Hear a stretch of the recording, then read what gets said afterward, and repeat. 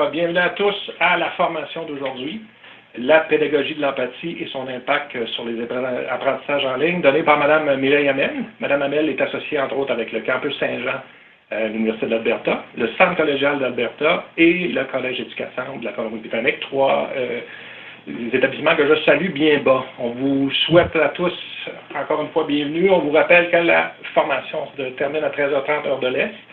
Si le momentum le permet, si les gens sont disponibles, et Mireille également, on peut quand même continuer. On remercie pour la formation l'équipe de l'Université d'Ottawa pour l'utilisation du Pondio, la formation continue de l'Université de Moncton pour l'utilisation d'Adobe Connect, nos bailleurs de fonds pour nos tables d'échange pédagogiques et nos ateliers Patrimoine Canada et le Secrétariat du Québec aux relations canadiennes. On vous invite également, suite à la formation, à nous expédier les fiches d'évaluation qui ont été remises aux personnes ressources de vos sites respectifs. On vous invite aussi, si vous avez des questions, des commentaires, des suggestions, vous ne vous gênez absolument pas, vous abusez du VFAB.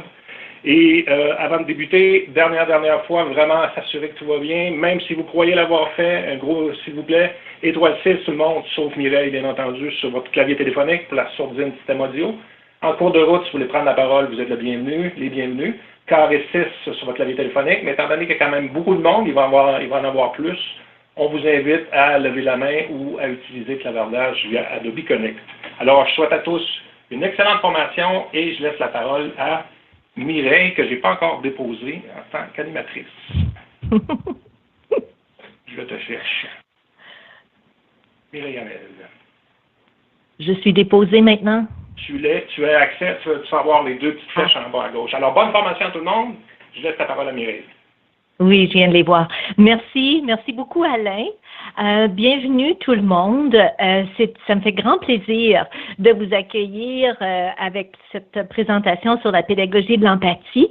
Je vous souhaite aussi la bienvenue dans la série de formations professionnelles pour 2019.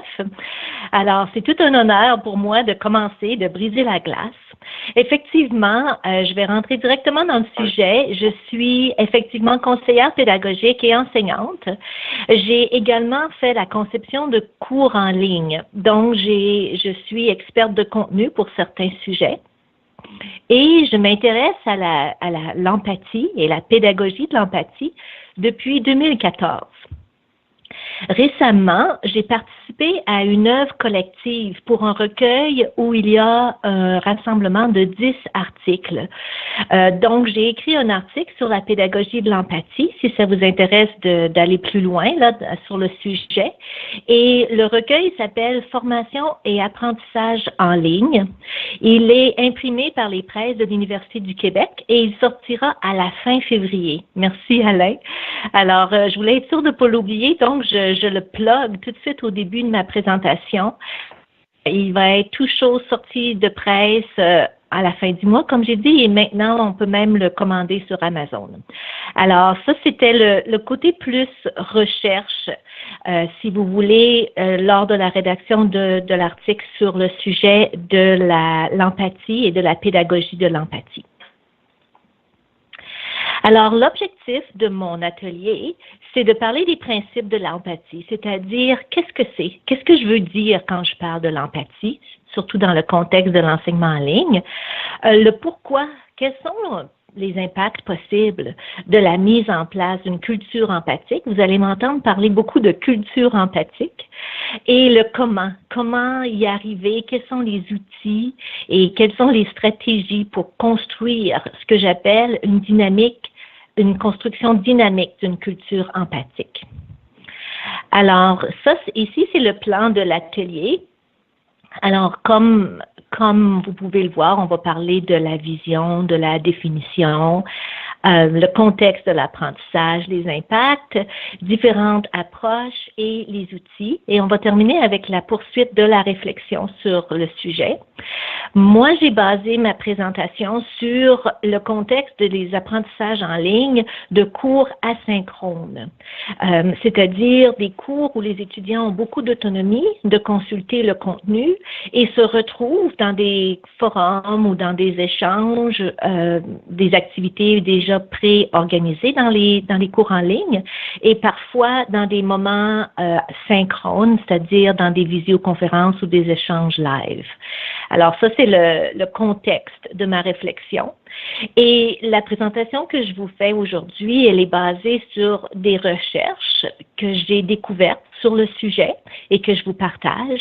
Elle est basée aussi sur mes expériences. Alors, je vais apporter de temps en temps des exemples ou des anecdotes de mes expériences de mettre en place une culture empathique dans mes cours et des observations également.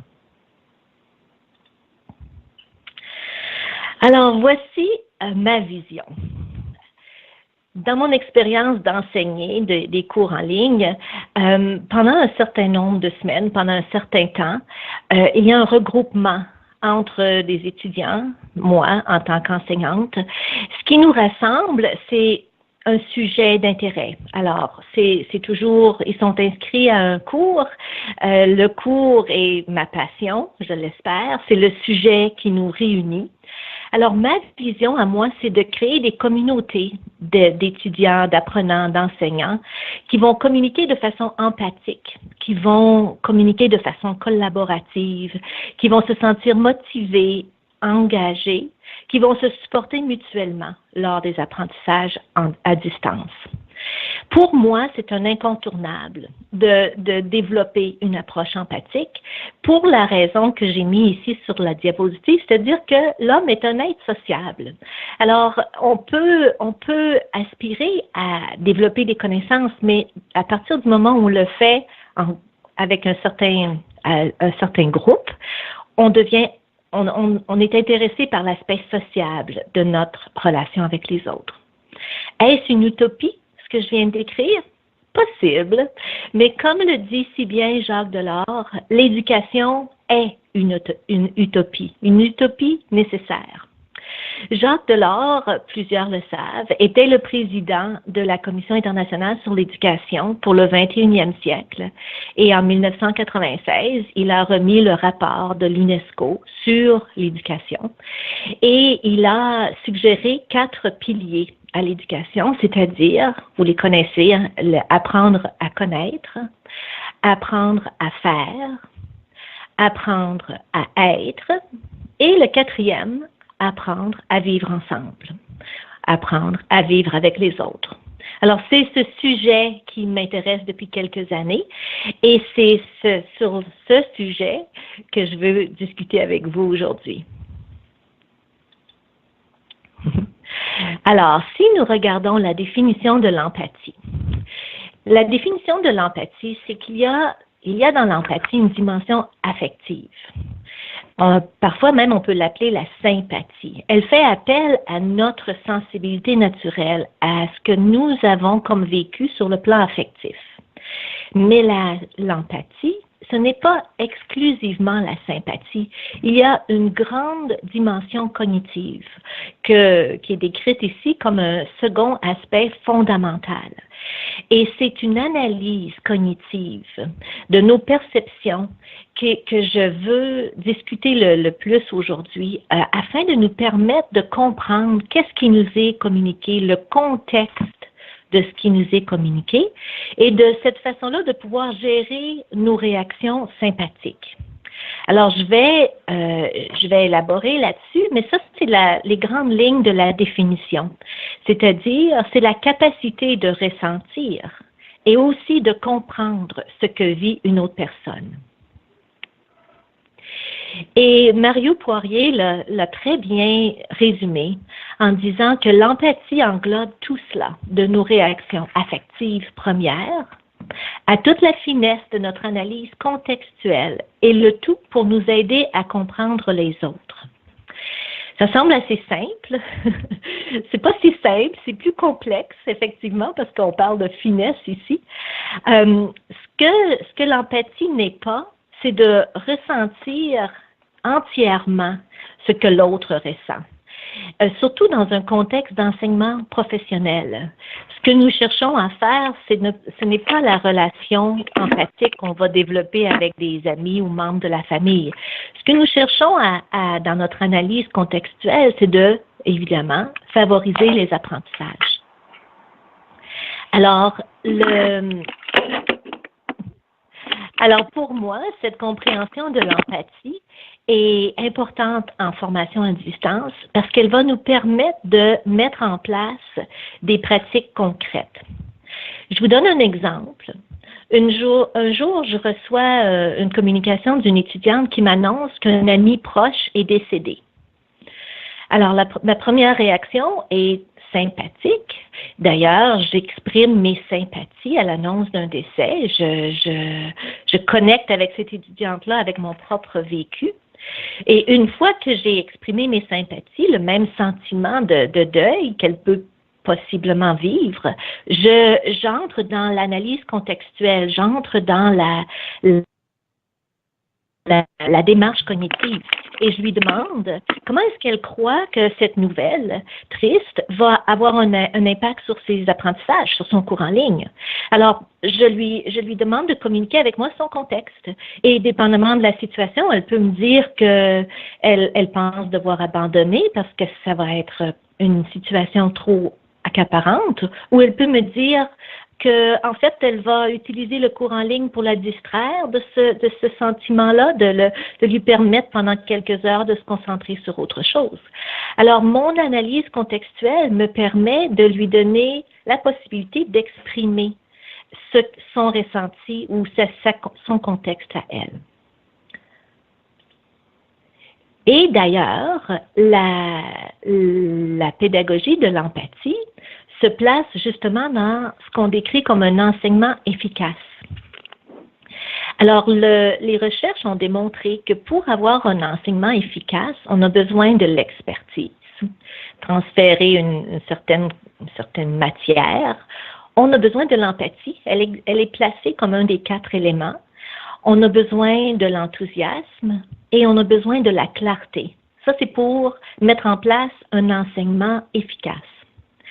Alors, ça semble assez simple et facile à atteindre lorsqu'on est dans la partie de conception de cours en ligne, mais lorsque vient le moment d'être en situation d'enseignement ou situation d'accompagnement et qu'on est plutôt dans l'action et dans la dynamique de l'enseignement, c'est là où toute la finesse et les nuances peuvent apparaître.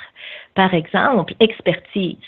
C'est bien, mais est-ce que l'expertise qu'on communique va aller au-delà des capacités d'apprendre ou là où est rendu notre étudiant ou en dessous? Comment est-ce qu'on va atteindre la cible? L'empathie. Jusqu'à quel point est-ce qu'on peut placer l'empathie dans une relation professionnelle d'enseignant-étudiant dans le cadre de l'enseignement?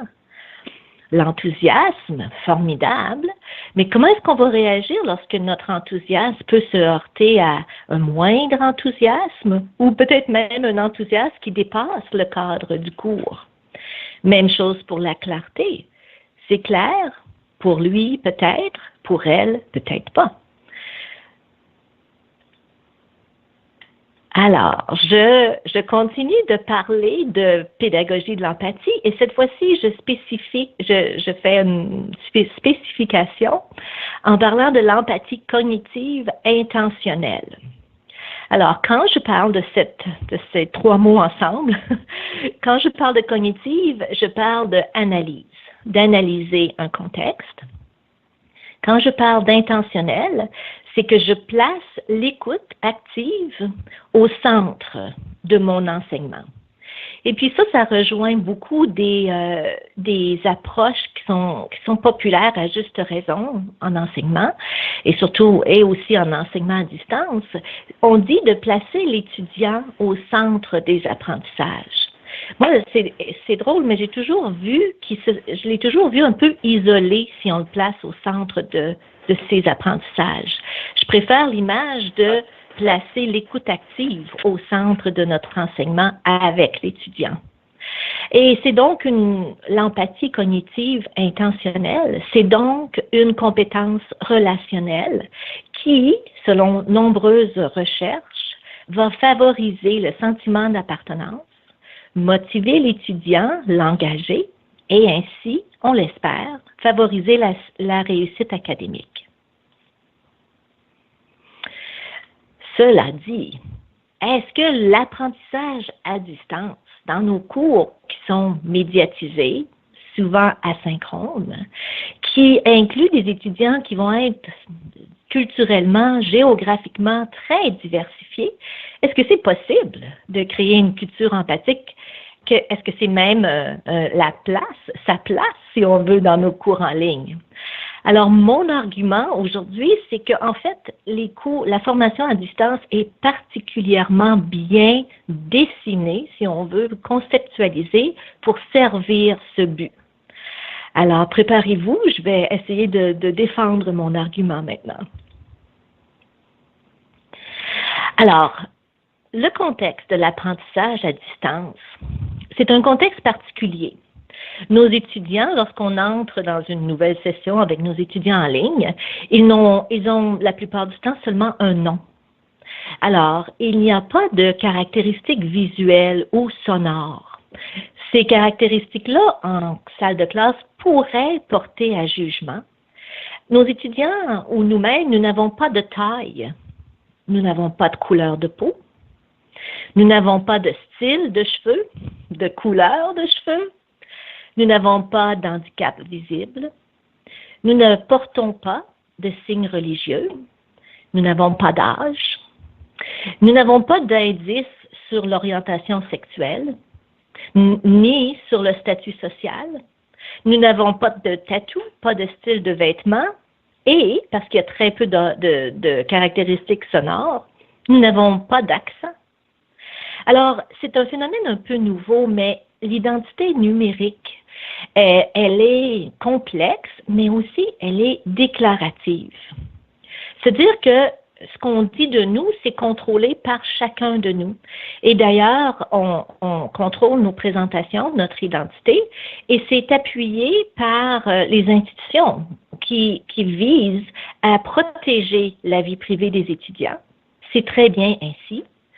Et ce que ça donne, c'est que ça donne un contexte où chacun est libre de préjugés et peut avoir carte blanche ou se permettre de contribuer à des forums, à des activités de groupe et de pouvoir se concentrer sur la conversation pédagogique, sur le sujet à l'étude, libre entièrement de toute autre forme de préjugés sociaux.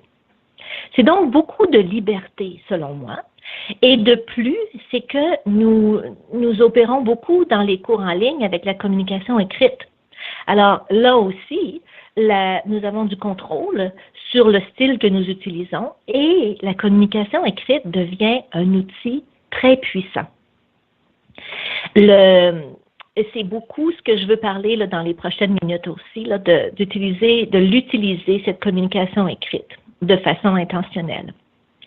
Je vous donne un autre exemple, une petite anecdote. Alors, j'ai une voisine qui apprend le travail que je fais de l'enseignement en ligne et elle me dit, moi, toutes les formations professionnelles que je suis présentement, là, je les choisis uniquement en ligne. Je ne fais jamais de formation professionnelle en présentiel.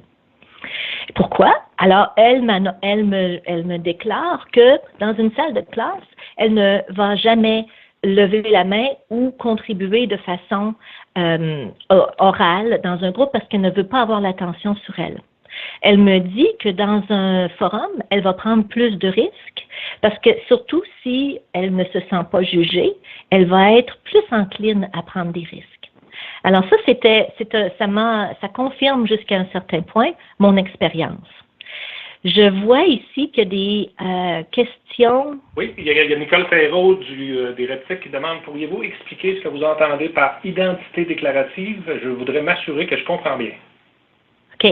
Oui, dans l'identité déclarative, ça veut dire tout simplement que je contrôle ce que je vais partager. Alors, peut-être que dans un forum, je vais faire référence à mon travail à temps plein comme étant une source une ressource pour justifier un argument ou un point de vue, ou bien tout simplement, je vais choisir de ne pas faire de lien avec mon expérience personnelle, puis me fier à un auteur quelconque. Alors, c'est un choix, je déclare ce que je veux déclarer sur moi. Merci, Mylène. Je vois. L'autre, c'est un commentaire de M. Bourgeois. concernant les stéréotypes ou autres, ce que je comprends, c'est qu'un de ces étudiants avait un nom qui sonnait vraiment asiatique et il y avait directement une identité culturelle qui était attribuée à cette personne-là, même si elle était à distance.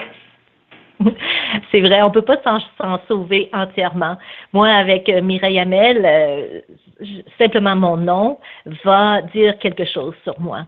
Et certains des noms de mes étudiants également. Ce que je veux amener comme argument, c'est qu'on en élimine beaucoup, juste parce qu'on n'est pas en présentiel. Alors, si ça va, je vais continuer. On peut revenir. S'il y a des trucs qui vous chatouillent un peu l'esprit, vous pouvez les ajouter. On peut très bien revenir sur ce sujet. D'ailleurs, on pourra en parler longtemps. Maintenant, les impacts positifs de l'empathie. Alors, ma présentation, c'est, oui, je vois ici qu'on me demande si c'est avantageux. Je dis oui que c'est avantageux pour permettre à des étudiants plus de prise de risque lors de la conversation pédagogique sur les apprentissages. Alors maintenant, les impacts positifs de l'empathie, c'est une augmentation de l'engagement de l'apprenant, une augmentation de sa réussite académique par conséquence et une diminution de son sentiment d'isolement. Alors, je m'explique un peu. Au niveau de l'engagement de l'étudiant, la mise en place d'une culture empathique peut servir comme un filet de sécurité. Si on se réfère au profil de nos étudiants en ligne, ceux qui choisissent cette forme d'éducation, souvent ils sont autonomes, souvent ils sont motivés, souvent ils aiment ou ils sont en contrôle de leur apprentissage. Souvent, ils vont consulter les enseignants ou tuteurs et les autres étudiants selon leurs besoins de clarification, de validation. Alors, quand tout baigne dans l'huile, quand nos étudiants se débrouillent bien avec le contenu, rendre les travaux de façon engagée, tout va bien. Notre culture empathique est là comme un filet sécuritaire. On a juste besoin de la maintenir.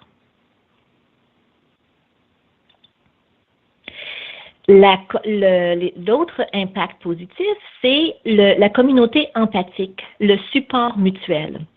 Alors, lorsque nous sommes dans une situation de cours en ligne et lorsque l'enseignant, le tuteur, n'est plus nécessairement la personne qui détient le monopole de toutes les connaissances, alors les étudiants vont avoir accès ils vont parfois faire des recherches numériques à portée de doigt pour enrichir ce qui est disponible déjà dans le cours. Et ils vont aussi beaucoup se référer aux validations des pairs. On l'encourage d'ailleurs. Beaucoup d'activités dans nos cours en ligne sont conceptualisées en faisant de l'évaluation, validation par les pairs. Alors, si on encourage les pairs à commenter sur des contributions de forum, on doit à ce moment-là, si on met en place une culture empathique, on met un peu des paramètres sur comment est-ce que cela va se faire. Et j'en parle un petit peu plus loin, surtout au niveau des relations entre apprenants. Ici, je veux parler des impacts positifs, du sentiment d'appartenance qui peut jouer un rôle pour éviter la solitude, le sentiment de solitude. On sait que c'est facile de déconnecter lorsqu'on est dans des cours en ligne. Le taux d'abandon est souvent un peu plus haut dans les cours en ligne qu'en présentiel. On sait qu'il est directement lié au sentiment d'isolement.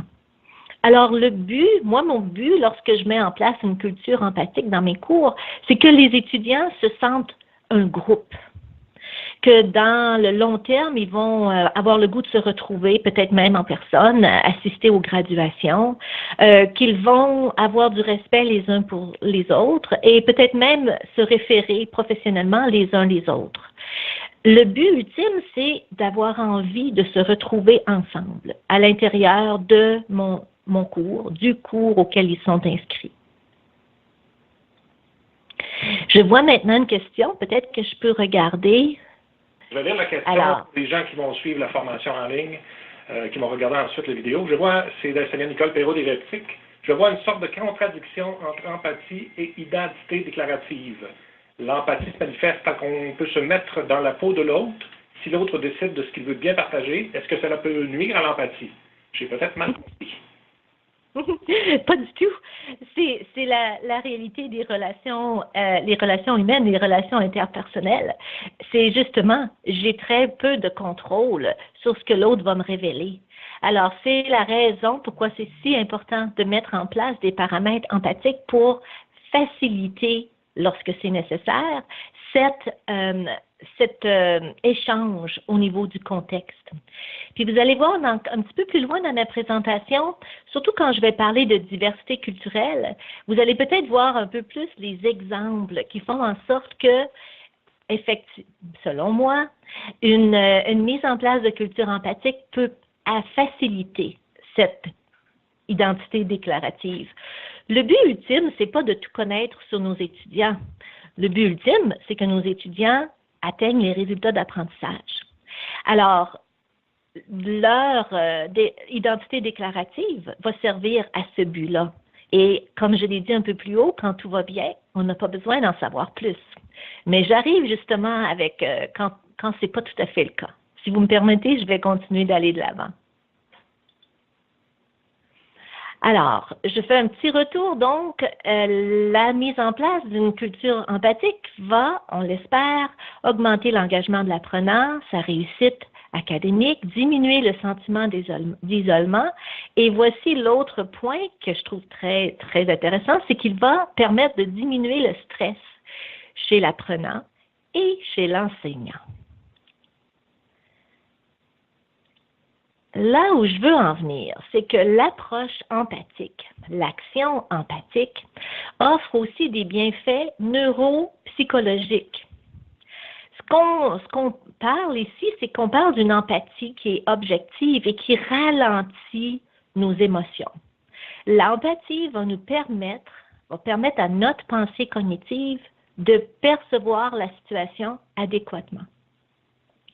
Comme l'empathie, c'est la capacité de comprendre et de réagir à l'unique expérience d'une autre personne, il y a, les recherches ont démontré, des bienfaits neuropsychologiques. Alors, j'explique un peu plus.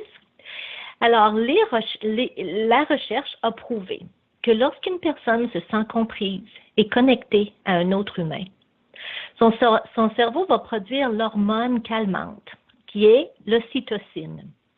Elle est aussi connue comme l'hormone de la sociabilité et de l'affiliation.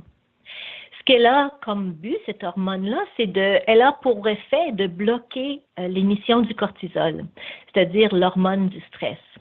Alors, pour moi, ça a été une révélation de réaliser, suite à mes recherches, puis aussi mon expérience personnelle, une fois que je me suis arrêtée à sentir un peu comment moi je me sens lorsque je mets cette pratique-là en place, c'est que la pratique de l'empathie va réduire mon stress. Ça va me permettre, comme j'ai dit, de mieux percevoir une situation et ça va m'aider à être plus calme et plus concentrée afin d'offrir une réponse mieux adaptée. Alors, je vais élaborer un peu sur cela aussi. Alors, ce qu'on dit, ce que les recherches ont démontré, c'est que la pratique de l'empathie va élargir la lentille avec laquelle nous voyons et interprétons le monde. Donc, en conséquence, plus de clarté mentale. Ça nous permet de nous éloigner des préjugés, des généralisations. Alors, au centre de l'empathie, c'est la compréhension. Les recherches aussi ont démontré que l'empathie, pour avoir des bienfaits calmants, elle doit se retrouver au niveau de l'action. Si elle demeure au stade passif, elle n'offre pas les mêmes bienfaits. Et ce que les recherches ont également prouvé, c'est qu'elle a un effet double. Alors, je prends la peine de lire cette phrase-là parce que c'est une phrase qui a eu un effet percutant pour moi. C'est-à-dire que l'impact neuropsychologique de la pratique empathique a un effet double. Il permet de réduire la production du stress autant chez la personne qui reçoit l'écoute empathique que chez la personne qui l'utilise. Alors, tout le monde y gagne. Je continue en parlant de ce qui arrive lorsque le stress, l'antipode de l'empathie, augmente. On connaît ces choses-là tous dans nos vécus personnels, les méfaits neuropsychologiques de l'augmentation du stress. Alors, on sait que les émotions fortes, les émotions stressantes vont activer la production de cortisol. Ce qu'il faut se rappeler, c'est que ça va nous amener à avoir des distorsions au niveau de nos capacités cognitives. Ce que ça va donner, c'est qu'on va avoir des tendances à généraliser. On va avoir tendance à penser que notre propre point de vue domine ou prévaut. Ou bien encore, on va penser que notre point de vue est le même que pour tout le monde. Et l'augmentation du stress, il peut venir de partout. Alors, on n'a pas de contrôle sur le stress de nos étudiants, puis jusqu'à un certain point sur le nôtre non plus. Et d'ailleurs, cette même autonomie et flexibilité de nos étudiants qui font en sorte que ce sont des personnes autonomes qui prennent en charge leur éducation peut leur jouer des tours. Moi, j'ai eu plusieurs étudiants qui travaillent et étudient à temps plein. Plusieurs de mes étudiants ont des familles. Alors, la possibilité qu'il y ait des pics ou des augmentations de stress est très, très haute. Et parfois, c'est ça, ils prennent des charges lourdes. Et même nous, en tant qu'enseignants, le métier d'enseignant est un des plus touchés, selon les recherches, par l'épuisement professionnel. Alors, tout ce qu'on peut mettre en place, surtout à notre quotidien, pour contrer l'augmentation du stress, ça fait partie de notre boîte à outils. Mireille, il y avait une question? Oui. Est-ce que l'empathie pourrait contribuer à manifester une identité déclarative plus ouverte? Exactement. C'est le but. C'est le but du jeu. Cela dit, le vrai but de nos cours en ligne, c'est l'atteinte des résultats d'apprentissage. Alors, je reviens sur le fait qu'un étudiant qui a choisi de ne pas déclarer énormément d'informations ne va pas nécessairement être la preuve de manque de culture empathique en cours. OK, super. Alors, je continue sur l'augmentation du stress. Peut-être que c'est une question qui vous trotte dans la tête, mais que vous n'avez pas osé la poser. Mais est-ce qu'on connaît tous des étudiants qui semblent carburer avec le stress? Ça n'existe pas, non, un stress motivant. Moi-même, ça m'arrive de l'utiliser comme carburant. Et qu'en est-il du stress motivant? Alors, ce ne sera pas une grande surprise, mais il existe, vous savez probablement qu'il existe deux stress, c'est-à-dire le stress occasionnel et le stress chronique. Alors, dans le contexte de notre apprentissage en ligne, on comprend la différence entre les deux et on comprend aussi que le stress chronique devient contre-productif au niveau des apprentissages, au niveau de l'apprentissage. Alors, encore une fois, tout ce qu'on peut mettre en place qui peut possiblement avoir un effet sur le contre-stress est une chose positive. Et justement, ce qu'on peut aborder maintenant, c'est l'approche réflexive. Alors, selon moi, ça c'est une autre de mes arguments, c'est que l'enseignement en ligne est particulièrement bien dessiné pour nous permettre une approche réflexive. Alors, qu'est-ce que c'est une approche réflexive? C'est-à-dire que c'est de prendre du recul face à toutes les décisions qu'on doit prendre chaque jour. Le monde change vite, la complexité ne diminue pas souvent, et parfois on a développé des réflexes qui sont plus ou moins adaptés aux situations. Alors, parce que nous enseignons en ligne, on a la chance de prendre un bon recul dans nos interventions. Alors, je rentre dans le détail de comment ça se vit ou s'envisionne une approche réflexive. Alors, l'approche réflexive va commencer avec une situation interpellante, un élément déclencheur. Encore une fois, quand tout baigne dans l'huile, on n'a pas besoin trop de se questionner. Ensuite vient l'investigation ou l'observation. C'est là où on doit avoir un échange pour obtenir des détails. Et c'est là où, Nicole, c'est si pertinent ce que tu as posé comme question. C'est dans un contexte d'apprenants qui déclarent ce qu'ils veulent ou ne veulent pas partager. J'ai pas nécessairement beaucoup de matériel pour investiguer ou observer. Mais ce que j'ai, par exemple, c'est que j'ai une approche intentionnelle. Alors, il en tient à l'étudiant de révéler ce qu'il veut révéler, mais moi, ma responsabilité, c'est de faire une démarche d'écoute, d'investigation. Une fois que j'ai fait ma démarche d'écoute, je fais une analyse. Ça, c'est le recul. C'est là où je ralentis mon réflexe pour utiliser la clarté afin de reconceptualiser, possiblement, ou développer une nouvelle compréhension de la situation avant de la mettre en action. Là, c'est un point vraiment important que j'aimerais amener, c'est que parfois, on va arriver à la même conclusion et la même action que notre réflexe. Ça ne veut pas dire nécessairement parce qu'on met une approche empathique en place qu'on va nécessairement modifier de beaucoup comment on gère les éléments déclencheurs. Et puis c'est très important pour moi de partager ça avec vous parce que mon inquiétude, c'est que peut-être qu'il y a des enseignants qui vont penser, moi j'ai peur des abus de confiance. Si je mets une approche empathique en place, j'ai peur que mes étudiants en profitent. Ils profitent de l'empathie, qu'ils fassent des preuves de manque d'effort ou d'intégrité même. Alors moi, c'est ce que je voudrais vous rappeler, c'est que, par exemple, je peux être à l'écoute de mon étudiant qui me fait une demande d'extension ou une demande quelconque par rapport à ce qui est en place pour des évaluations, par exemple, et je peux arriver à la conclusion que j'accepte pas de faire cette extension-là.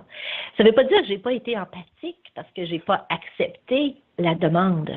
Alors ça, c'est un élément très important. Cependant, parce que j'ai pris le recul nécessaire pour mon approche réflexive, puis ça, je sais que c'est une pratique courante pour des grosses questions d'extension, etc. Mais cette démarche-là me permet d'être tout à fait confortable avec ma décision finale. C'était pas un réflexe.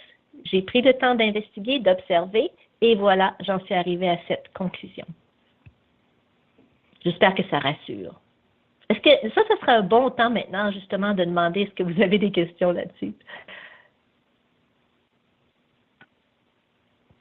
Des questions, des suggestions, des commentaires? Vous pouvez utiliser le clavardage, bien entendu. Vous levez la main. Vous voulez prendre la parole? Carré 6 sur votre clavier téléphonique. Alors, Mireille, on a un commentaire pour l'instant, c'est très clair. Et c'est effectivement très clair. Parfait. Parfait. Ben, ça veut dire que vous êtes tous très empathiques parce que vous avez accès à la clarté. On est en train de devenir des professionnels de l'empathie grâce à toi. Vous allez voir un petit peu plus tard, je vous parle de yoga cérébral. Mais pas tout de suite. Alors, d'abord, l'approche collaborative. Alors, l'enseignement en ligne, encore une fois, selon moi, offre une grande flexibilité de temps et de lieu qui stimule l'autonomie et la réflexion, et aussi permet une d'excellentes interactions entre les apprenants et enseignants. Ça peut devenir une source de motivation, d'entraide, d'esprit critique et de synthèse. Tous ceux et celles d'entre vous qui avez enseigné, vous avez vécu ces moments de jubilation quand vous réalisez que vos apprenants interagissent de cette façon-là. Et cette flexibilité de temps, elle est, je ne sais pas si c'est le bon mot en français, le conducive. Je pense que conducive, c'est plutôt en anglais. Mais elle favorise l'autonomie de l'apprenant. Alors, ce que ça fait, c'est que ça veut dire que ça lui permet de s'interroger, de retourner aux notions étudiées, de reconstruire ses connaissances, de les exprimer, de les confronter, de les comparer, de trouver par lui-même, par elle-même, les explications complémentaires. Ça, c'est tout l'avantage pédagogique qui est capital de l'autonomie dans la gestion des apprentissages en ligne. Personnellement, vous devez le sentir par mon enthousiasme, je trouve ça absolument phénoménal, cette approche collaborative qui est particulièrement présente dans les cours en ligne, ou qui a le potentiel de l'être. Et où est-ce que ça se manifeste, cette collaboration-là? Bien, ça se manifeste dans la conversation pédagogique. Et c'est là l'aréna, c'est là où une grande partie de ce qui se passe. Alors, c'est dans la conversation pédagogique que le geste de communication intentionnelle se fait. C'est là où nous, en tant qu'enseignants, on peut stimuler la collaboration, on peut diriger les efforts, on peut offrir de l'expertise, on peut mettre au défi et on peut faire les apprentissages nécessaires selon le style d'apprentissage. Alors là, je vais plus loin que d'encourager la présence en ligne. J'encourage ici la présence empathique en ligne, à l'écoute. Et une fois qu'elle est en place, cette culture empathique, elle devient dominante et elle a la chance d'avoir des impacts sur les échanges entre les participants qui peuvent, on l'espère, utiliser le même ton empathique entre eux. Alors moi, j'ai eu une autre expérience, anecdote. J'ai eu une situation où est-ce que j'avais, à l'intérieur d'un cours en ligne, j'avais mis en place, je crois, une culture empathique et voilà qu'une de mes étudiantes dans le forum place un commentaire qui manque de pertinence et à la limite de respect un peu. Alors, j'observe cette situation-là et j'observe aussi que les autres étudiants ont commencé à lui demander de préciser son idée, d'expliquer qu'est-ce qu'elle voulait dire précisément. Alors, ils ont eu une approche empathique. Au lieu de la critiquer, ce qui aurait pu être une réponse, qui aurait pu faire en sorte qu'elle ne contribue pas beaucoup, ils lui ont permis l'espace de préciser son idée. En ce faisant, elle a réalisé par elle-même que c'était une bonne idée de doser légèrement et tout à coup, il n'y avait pas d'élément déclencheur. La culture empathique s'en est occupée d'elle-même. Alors ça, c'est un exemple de succès, si on veut.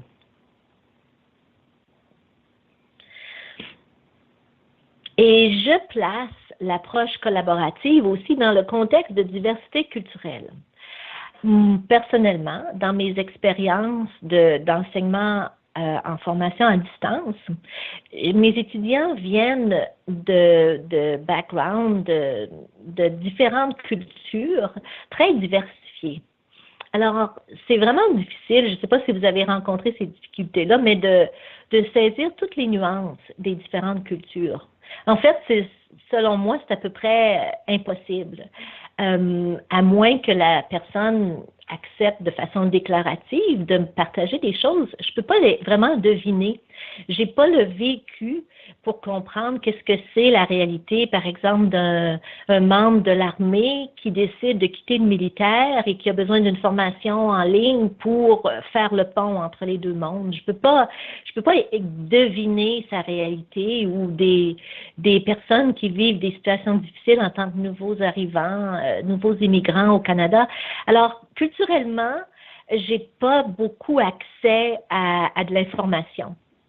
Et même si je l'avais, ce serait difficile de tomber juste dans la réalité de chacun. J'ai réalisé, entre autres, que il y a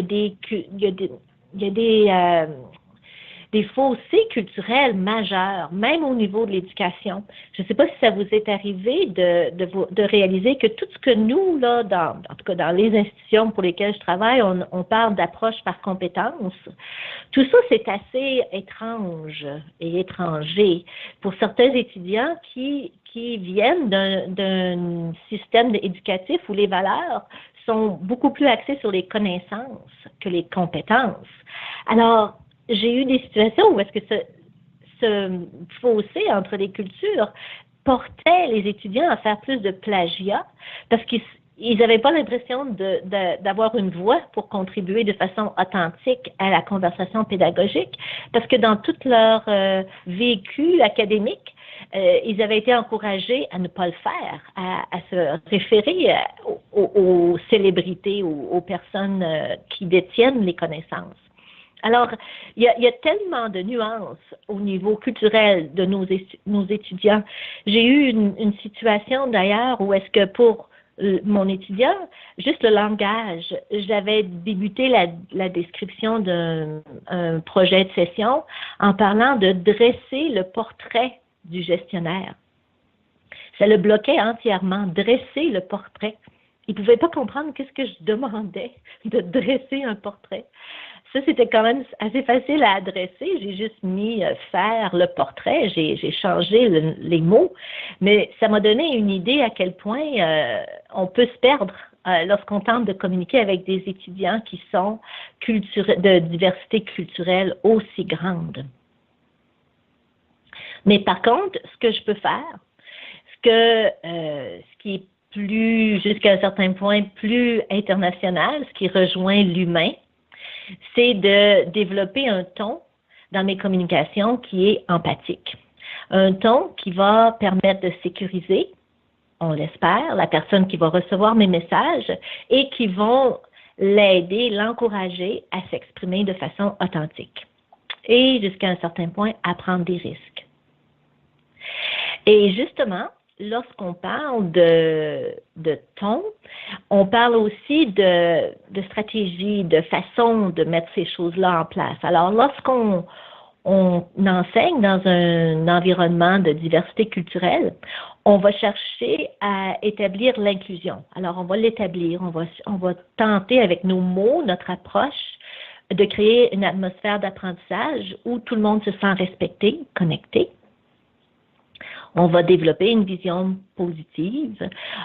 Et puis ça, c'est une chose que je suis de plus en plus intéressée, c'est de prévoir à l'avance des personnalisations de certains apprentissages autant que possible, un peu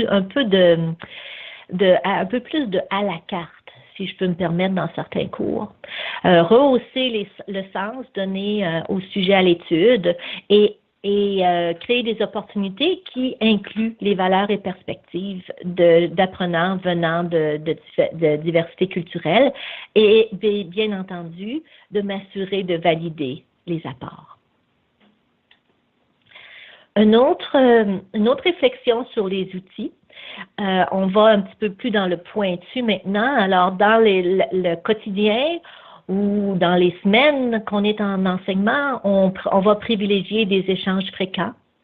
On va privilégier une rétroaction rapide, autant que possible, claire. On va tenter d'expliquer les erreurs et évidemment motiver l'étudiant à travailler plus fort. Et on va tenter d'éviter un usage répété des réponses afin d'encourager une vraie communication entre nous. Moi, ce qui m'intéresse beaucoup, c'est la rétroaction parce que je considère que c'est un point d'apprentissage, un outil pour l'apprentissage très puissant dans la formation à distance, mais il dépend beaucoup de l'accueil que l'apprenant va faire de la rétroaction. Alors, lorsque je mets en place une culture empathique, j'ai des chances, je l'espère, que ma rétroaction soit accueillie, non pas comme un élément qu'il n'a pas fait assez bon ou un élément punitif, mais bien comme un élément qui fait partie intégrale de les apprentissages et de la collaboration. Alors ça, c'est une autre raison pour laquelle, pour moi, l'accueil de la rétroaction est pas à mon contrôle, mais est un autre des objectifs lorsque je mets une culture empathique en place. Dans le plus pointu, encore plus détaillé, lorsqu'on parle de ton de communication écrite, on parle de nuances. On parle, là c'est moi, ça c'est juste des petites idées que j'ai mis là-dessus. Là.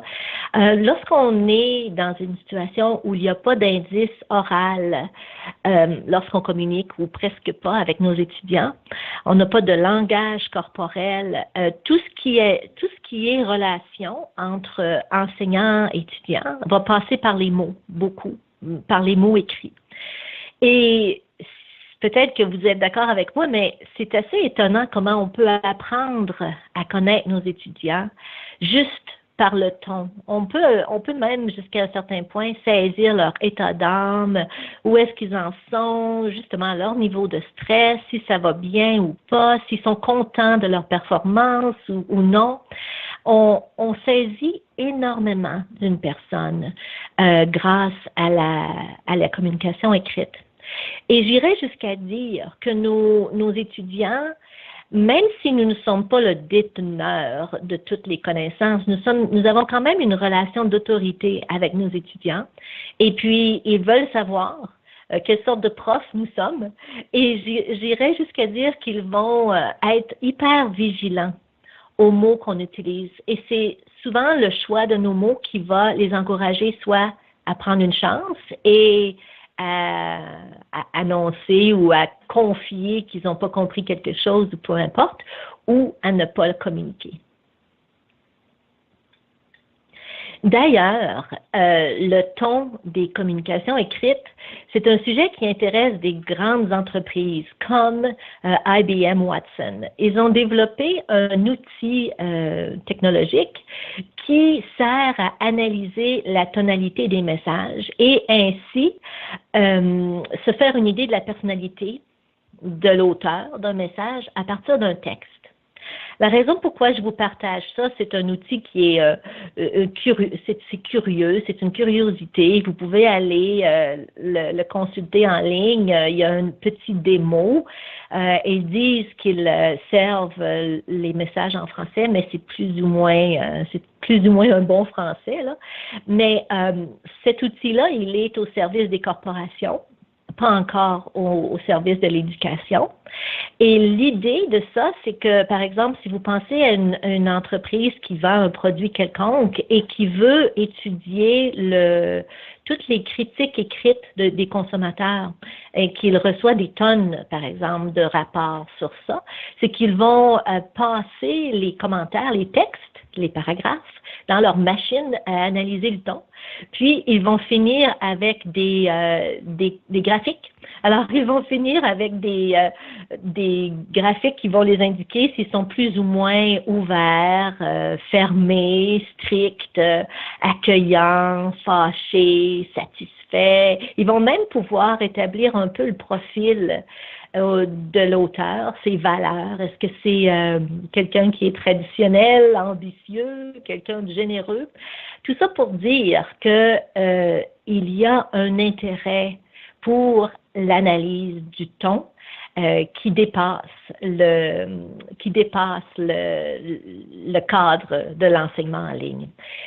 Puis ça, c'est quelque chose qu'on sait déjà, nous, juste par notre expérience en tant qu'humain et d'enseignant. Alors, si on prend juste quelques... j'ai mis une diapositive un peu longue, là, mais j'ai, en essence, créé 2 messages pour mes étudiants et les 2 disent exactement la même chose, sauf que j'ai choisi, dans le premier, d'avoir un ton très strict, avoir un ton qui va droit au but et qui se veut un peu directif. Alors que j'ai choisi dans le deuxième d'avoir un ton plus empathique, où est-ce que j'ai utilisé des mots plus, si on veut, plus encourageants, mais en tentant de dire la même chose. Alors, si vous voulez prendre quelques minutes pour vous-même sentir un peu comment vous recevez les 2 messages ou vous les recevriez si vous étiez enseignant. Je vois ici, il ne faut pas toujours écrire en lettres capitales. Effectivement.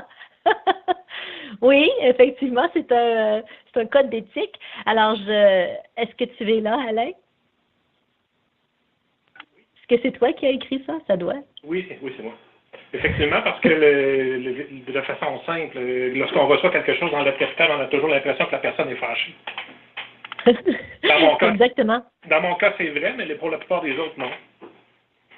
Puis d'ailleurs, dans ton cas, Alain, moi, une chose que j'ai remarqué de ta correspondance écrite, c'est que tu insères souvent les mots « grand plaisir ». Alors moi, avec mon analyse de ton, comment est-ce que j'ai appelé ça, là, ta baseline, en français, on dit comment est-ce qu'on dit en français, c'est ta base de référence. OK. Mm-hmm. Ta base de référence, c'est que tout te fait grand plaisir. Alors quand tu vas m'envoyer un courriel où tu fais juste plaisir, je vais savoir. Faut se poser des questions. Exactement.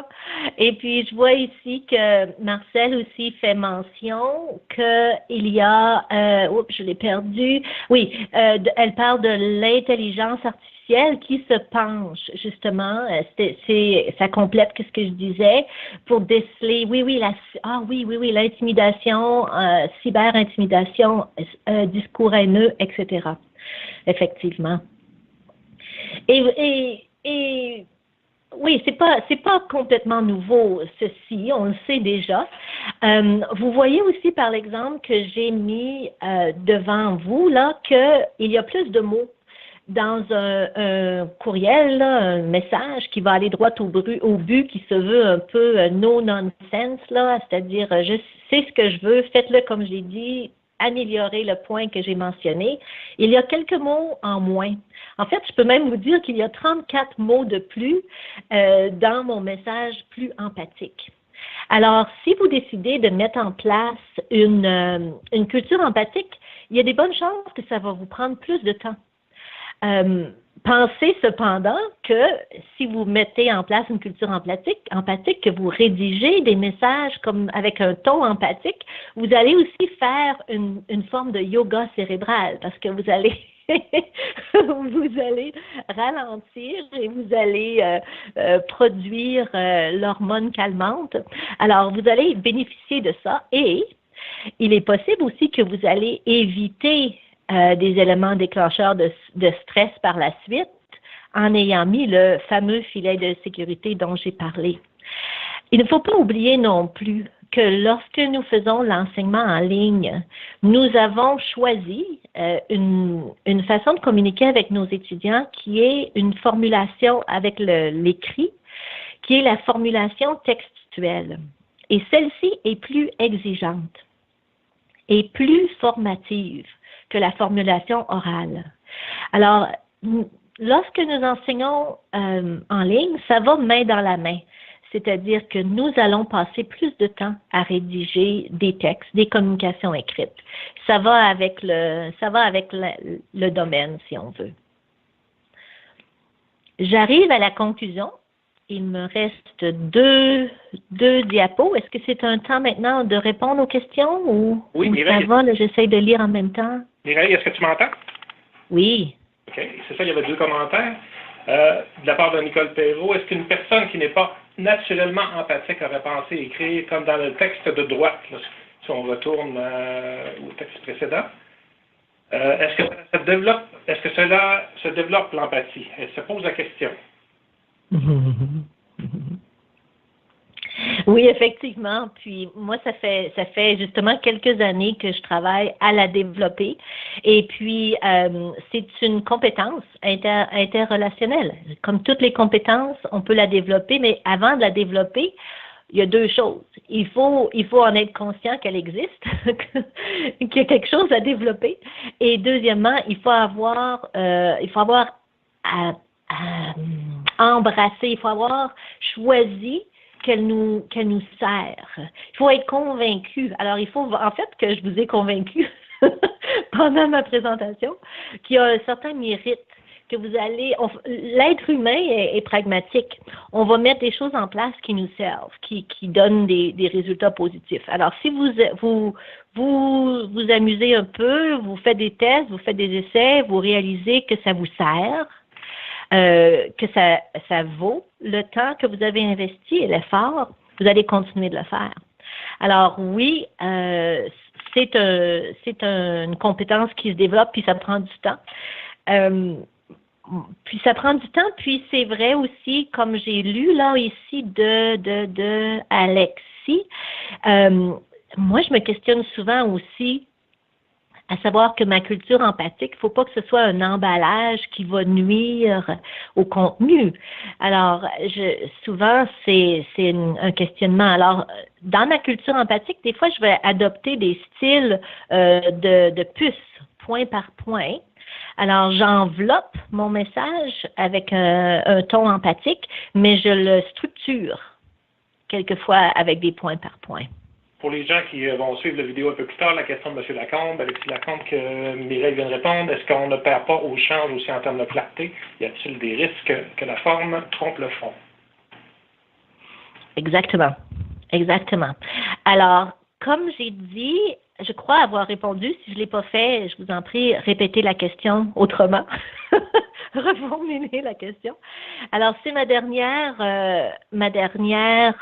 vidéo, ma dernière diapo que je considère importante parce que j'essaie de regrouper l'essence de mon message aujourd'hui. Alors, mon objectif, lorsque je mets en place une culture empathique, c'est que mes étudiants vont ressentir et déclarer ceci. Ils vont déclarer « Je me sens motivé ». Ils vont déclarer « C'est ma communauté en ligne, ma gang ». Ils vont déclarer « J'ai ma place dans ce groupe ». L'étudiant va sentir « J'éprouve moins de stress en tant qu'étudiant ». Et, on l'espère, l'enseignante « J'éprouve moins de stress en tant qu'enseignante ». Donc, les trois grands buts, c'est des sentiments d'appartenance, d'engagement, réduction du stress et par conséquent, meilleur résultat pour l'étudiant.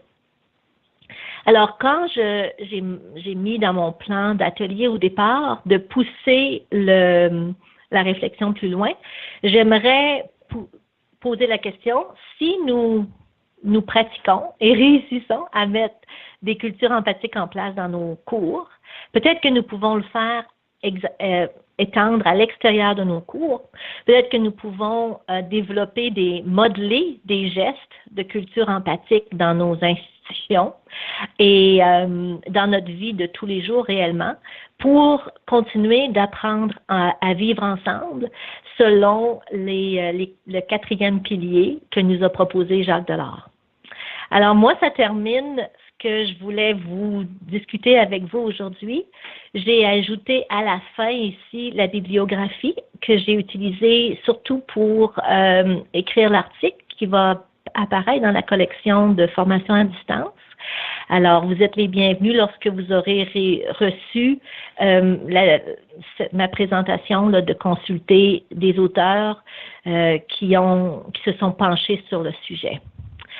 Alors, je vois qu'il est 11h06 et peut-être que j'ai manqué des questions à la fin. C'est le temps, si vous avez des choses à ajouter, à pousser la discussion plus loin. Suggestions, des commentaires, des questions, on a le temps, vous ne vous gênez absolument pas. Pour partager oui, je remets dans le clavardage, si vous voulez recevoir le document, le clavardage et le lien vidéo suite à la formation d'aujourd'hui, refal@sympathico.ca, on va se gêner et comme le soulignait Mireille, on va se faire un grand plaisir. Ah, c'est bon signe. Alors, il y a juste des bons commentaires qui circulent. Vous pouvez également prendre la parole. Carré 6 sur votre clavier téléphonique si vous voulez prendre la parole, absolument aucun problème. Levez la main ou, comme la plupart des gens le font pour l'instant, utiliser le clavardage. Moi, de mon côté, je remercie Mireille, un atelier tout en douceur, très empathique. C'était très, très intéressant. Merci beaucoup. Merci beaucoup. Et puis, quiconque est intéressé à continuer cette discussion aussi à l'extérieur de notre atelier. Je peux vous mettre ici mon adresse courriel. Est-ce que c'est une bonne idée? Je ne l'ai pas fait dans ma présentation, Alain. Tu peux le mettre dans le clavardage sans aucun problème, Mireille, vas-y. Merci. Aussi, si tu as 2 secondes, mettra ta numéro de carte de crédit aussi, s'il te plaît. Ah, OK, je vais faire ça, oui. Avec les numéros derrière aussi. Oui, absolument. Alors, On a quand même le temps. On fait encore un tour de table rapidement. Des suggestions, des commentaires, des questions, vous gênez absolument pas. Uniquement des commentaires positifs, Mireille. C'est bien. C'est bien. J'aimerais bien rentrer dans l'aréna, par exemple, avec certains d'entre vous, l'aréna de la conversation pédagogique. Si tu veux de ton côté, tu peux poser étant donné qu'on a le temps, tu peux poser une question directe et les gens peuvent répondre par clavardage ou si les courageux prendre la parole sans aucun problème. OK, oui, OK. Ben, j'aimerais justement savoir, dans ce que j'ai présenté aujourd'hui, quelles ont été des expériences similaires où vous vous êtes retrouvés dans la même situation avec les mêmes genres d'exemples que j'ai dit. Est-ce qu'il y en a qui vous ont sauté aux yeux? Vous pouvez utiliser le clavardage, vous levez la main ou vous pouvez également prendre la parole, carré 6 sur votre clavier téléphonique pour prendre la parole. Pour répondre à la question de Mireille. Alors, ce que je cherche à savoir, c'est si vous avez du vécu en tant qu'enseignante ou qui résonne avec ce que j'ai dit. Présenté dans les anecdotes. Oui, il y a Marcel Parr qui vient de lever la main. Marcel, si vous prenez la parole, vas-y. Carré 6 ou carré 6 ton clavier téléphonique. Oui, d'accord. Bonjour. Allô, Marcel. Ce que je trouve très intéressant dans le concept de l'empathie cognitive intentionnelle, c'est que d'abord, il y a tout l'aspect du remplacement des indices qu'on a moins lorsqu'on est à distance. Cette forme d'empathie-là que l'on pratique en enseignement traditionnel, peut-être sans même s'en rendre compte, en décodant des indices corporels, visuels, audio, etc., ce qui n'est pas toujours le cas en formation à distance. Donc, de se préoccuper, de se donner des mécanismes pour pouvoir percevoir davantage, ou en tout cas mieux peut-être, les besoins de nos apprenants.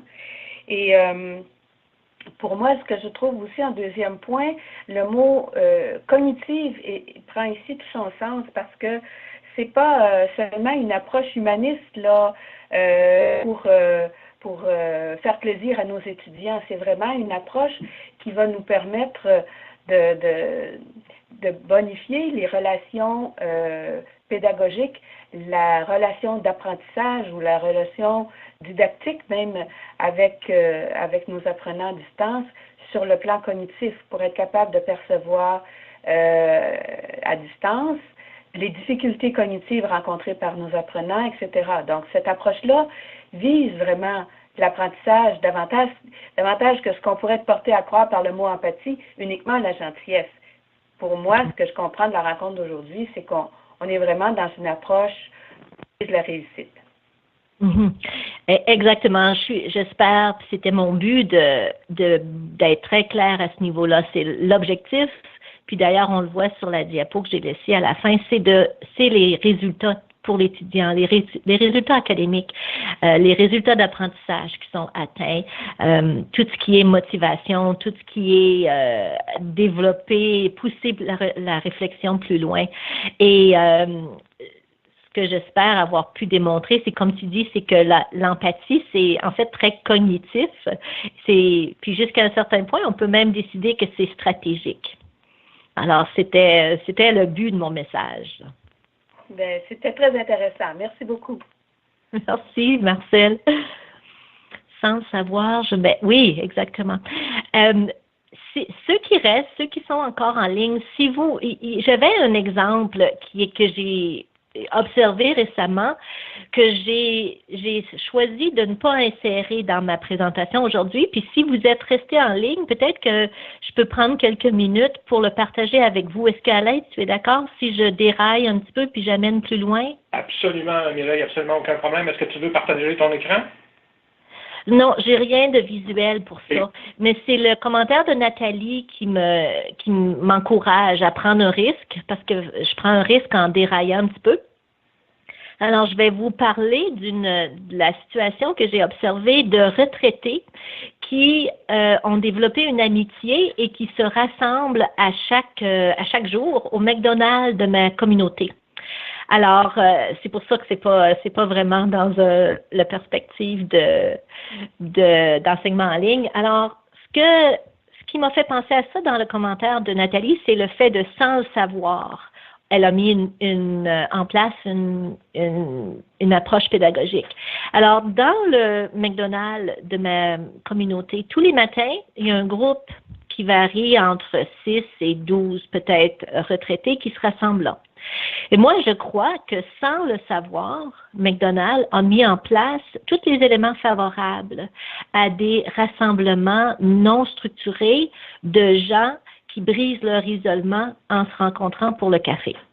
Alors, qu'est-ce que je veux dire par là? C'est qu'il y a toute une structure facilitante. De un, les programmes de fidélisation du McDonald's font en sorte que le café là-bas est pas cher. On peut remplir la tasse à peu de coûts ou aucun coût. Et les programmes de fidélisation font en sorte que ça nous encourage à retourner. Alors ça, c'est en place. Alors, les personnes à la retraite savent qu'ils vont aller là sans dépenser beaucoup d'argent et ils vont pouvoir rester là longtemps parce qu'ils vont pouvoir siroter leur café. Ça, c'est une chose qui est en place. L'autre chose avec le McDonald's, c'est qu'il y a 2 portes. Alors, le flux des entrées et des sorties des gens, des clients qui rentrent dans le McDonald's fait en sorte que lorsque la porte ouvre, tout le monde ne tourne pas la tête pour voir c'est qui, puis comment il est, puis faire un scan de cette personne-là. Donc, il y a un mouvement d'entrée et sortie qui facilite l'entrée ou non des personnes âgées pour se joindre au groupe, des personnes à la retraite. Aussi, le McDonald's tout est avec des vitrines. Donc, jusqu'à un certain point, la personne peut décider d'entrer ou non, dépendamment des autres personnes qui sont assises, qui sont regroupées là. Un petit peu, ça, il y a un certain parallèle avec nos cours en ligne où ce que un participant peut voir lorsque les autres sont là et actifs. L'autre chose que McDonald's a fait sans s'en rendre compte, c'est qu'ils ont structuré les sièges. Alors, là où le groupe de personnes à la retraite se rassemble, ce sont des tabourets hauts. Alors, personne n'a besoin de déplacer des chaises, personne n'a besoin de faire le mouvement de je me lève ou je m'assois. On peut comme glisser, rentrer et sortir sans beaucoup d'obstruction dans le groupe. Et effectivement, c'est un groupe qui est très fluide dans sa structure. Alors, ce que moi j'ai observé, c'est que les gens dérangent très peu le nucléus, le centre du groupe, en rentrant et en sortant.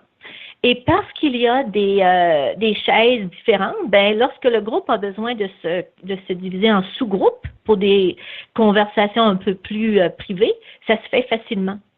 Alors ça, ce sont des choses que McDonald's a mis en place pour faciliter ces rencontres-là. Et la dernière chose que j'ai observée, c'est qu'ils offrent le journal gratuit. Donc, une personne qui veut aller passer du temps, ne pas être seule, souvent, ils se regroupent là pour briser la solitude, va être capable de s'asseoir, lire le journal et de donner un message que je suis à ma place ici, j'ai ma place ici, je suis venue pour siroter mon café et lire mon journal. Et le bonus, c'est que mes amis se sont joints à moi aujourd'hui de telle heure à telle heure. Alors ça, c'était mon déraillement, c'est-à-dire un exemple de structure qui facilite des échanges entre humains sans peut-être nécessairement les avoir voulu ainsi. Est-ce que vous avez des retours sur ça ou des commentaires? Le mot magique, effectivement, comme tu dis, c'est la facilitation des échanges, une structure qui est mise en place, qui peut être mise en place par les établissements ou autres, effectivement. Il y a quelques commentaires.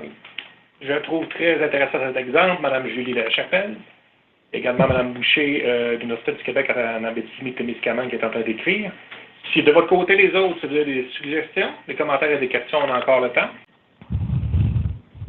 Je vous encourage d'ailleurs, si vous pouvez le faire, à vous inscrire à des cours en ligne en tant qu'étudiante ou étudiant, en tant que participant.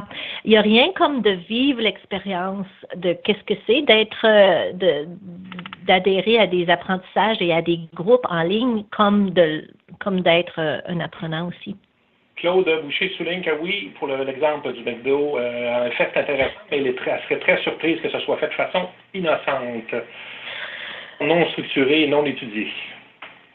Ben si, justement, des fois, le monde corporatif est un peu en avance sur le monde d'éducation. Alors, allons-y, mettons en place des structures de façon très intentionnelle, mises en place on purpose. Oui, c'est ça. Alors, c'est un peu ce que je propose de créer des structures qui sont dans la nuance réellement, là, mais tout de même facilitantes pour arriver à un certain résultat. Alors, suggestions, commentaires et ou questions, une dernière fois. Carré 6, vous voulez prendre la parole à partir de votre clavier téléphonique, levez la main ou utilisez le clavardage. On laisse le dernier tour de table. Mireille, de ton côté, est-ce que tu voulais amener d'autres choses? Tu ne gênes absolument pas, on a le temps. Ben, je voulais vous parler d'exemple de Boston Pizza. Non, je... le tout. Le tout. Ben... Il n'y a pas de commentaire, il n'y a pas quoi que ce soit pour l'instant. Alors, ben, ça mettrait fin à la formation d'aujourd'hui. Gros merci encore une fois, Mireille. On remercie tous les gens qui ont été en ligne avec nous aujourd'hui. Il y avait beaucoup de monde. On a eu jusqu'à 48 branchements, ce qui veut dire au moins 55 personnes minimum en ligne. Je vous remets dans le clavardage l'adresse électronique pour obtenir le lien vidéo, le clavardage intégral et le document qui a été utilisé par Mireille pour la formation d'aujourd'hui. Si vous avez des questions, des commentaires ou quoi que ce soit, Mireille a déposé dans le clavardage son courrier électronique, mais vous pouvez abuser du REFAD, il n'y a absolument aucun problème. Et comme le souligne David Laplante du Cégep de Sherbrooke, on va répondre avec grand plaisir. Et on vous invite aussi à utiliser les fiches d'évaluation qui ont été remises aux personnes ressources de vos sites respectifs. Alors, ça mettrait la fin à la formation, mais je laisse le tout dernier mot à Mireille avant de clore le tout. C'est un grand merci. Merci beaucoup. Merci tout le monde pour avoir été là, d'avoir choisi de prendre votre temps aujourd'hui pour parler, échanger et écouter sur la mise en place de culture empathique dans nos cours en ligne. Bonne fin de journée. Petit commentaire de Mme Chevrier, rapidement. Elle voulait souligner qu'elle, dans ses groupes en ligne, elle ouvre un forum réservé aux étudiants pour des contenus autres que le cours, ce qui peut effectivement développer l'empathie.